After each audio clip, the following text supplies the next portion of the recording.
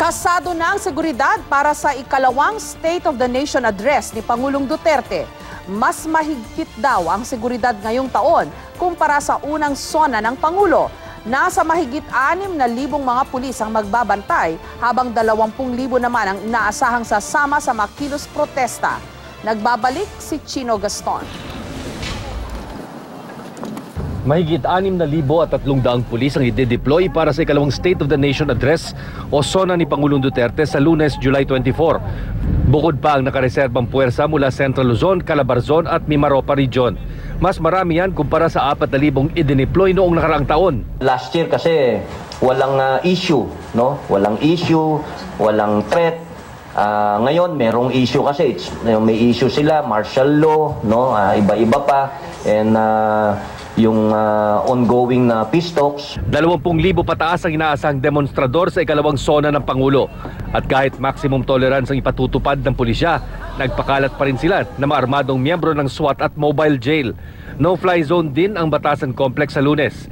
Ibig sabihin, bawal ang mga eroplano, drone at iba pang mga aircraft, maliban na sa gagamitin ng Pangulo kung sakali.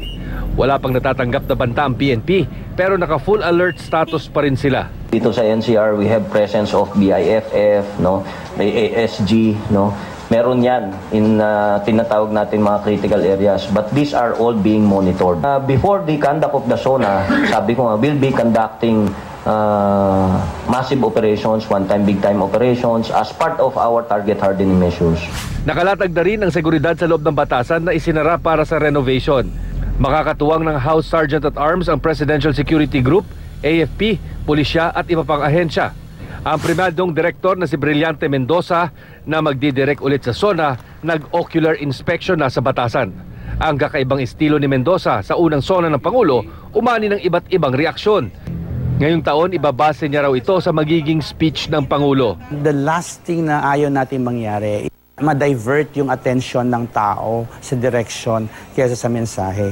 Mas importante kasi na nakikinig ang mga tao dun sa mensahe more than dun sa nakikita yung direction. Sa Lunes, hahatiin sa dalawa ang Fairview bound lane ng Commonwealth Avenue para di tuluyang matigil ang daloy ng traffic. Sa outer lane maaring dumaan ang mga demonstrador.